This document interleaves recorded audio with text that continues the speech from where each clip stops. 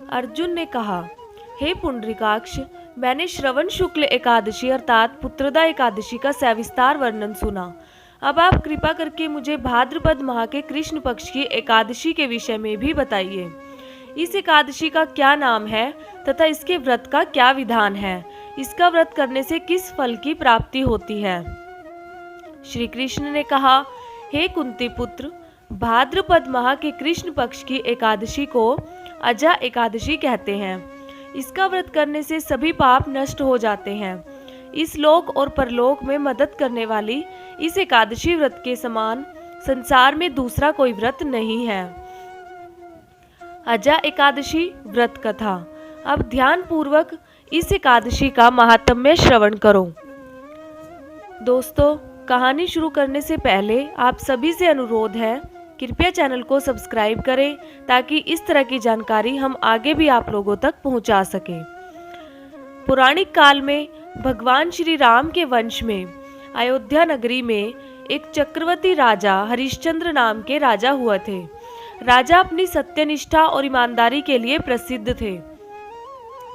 एक बार देवताओं ने इनकी परीक्षा लेने की योजना बनाई। राजा ने स्वप्न में देखा कि ऋषि विश्वामित्र को उन्होंने अपना राजपाट दान कर दिया है। सुबह विश्वामित्र वास्तव में उनके द्वार पर आकर कहने लगे, तुमने स्वप्न में मुझे अपना राज्य दान कर दिया। राजा ने सत्यनिष्ठ व्रत का पालन करते हुए संपूर्ण राज्य विश्वामित्र को सौंप दिया।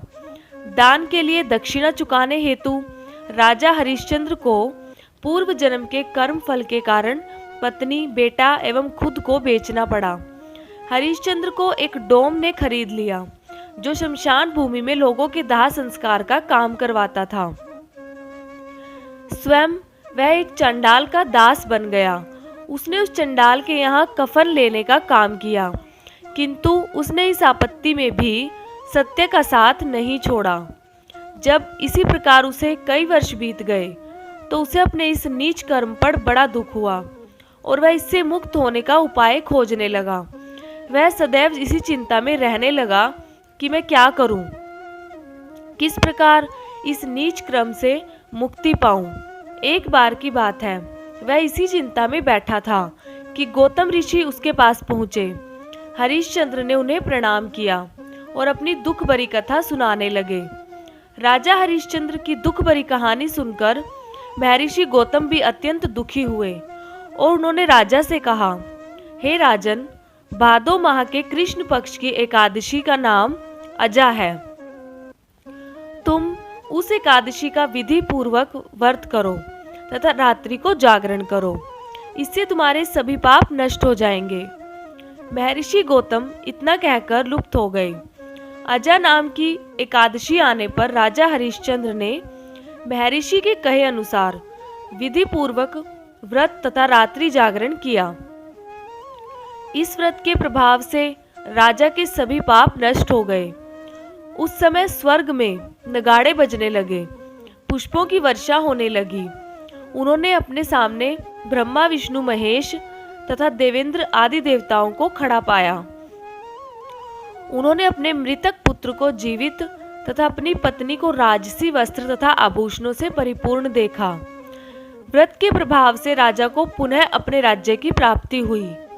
वास्तव में एक ऋषि ने राजा की परीक्षा लेने के लिए यह सब कौतुक किया था, परंतु अजा एकादशी के व्रत के प्रभाव से ऋषि द्वारा रची गई सारी माया समाप्त हो गई और अंत समय में हरिश्चंद्र अपने परिवार सहित स्वर्गलोक को गया। हे राजन, यह सब अजा एकादशी के व्रत का प्रभाव था। जो मनुष्य इस उपवास को विधान पूर्वक करते हैं तथा रात्रि जागरण करते हैं, उनके सभी पाप नष्ट हो जाते हैं और अंत में वे स्वर्ग को प्राप्त करते हैं। इस एकादशी व्रत की कथा के सुनने मात्र से ही अश्वमेध यज्ञ के फल की प्राप्ति हो जाती है। जय श्री हरि।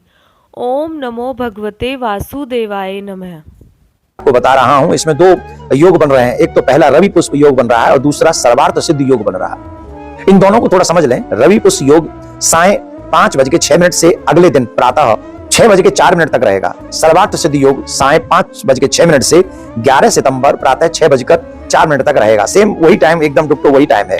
तो ये जो है इसका नाम एक समझ लीजिए सर्वार्थ सिद्धि योग। इसका मतलब है जिस मनोरथ के साथ आप अजा एकादशी के दिन व्रत करेंगे और व्रत में भी 5:06 से अगर सुबह 6:04 तक कोई भी सिद्धि के लिए मंत्र जाप करेंगे, पूजा करेंगे या कोई कार्य करेंगे तो आपको उसमें सिद्धि सफलता प्राप्त होगी।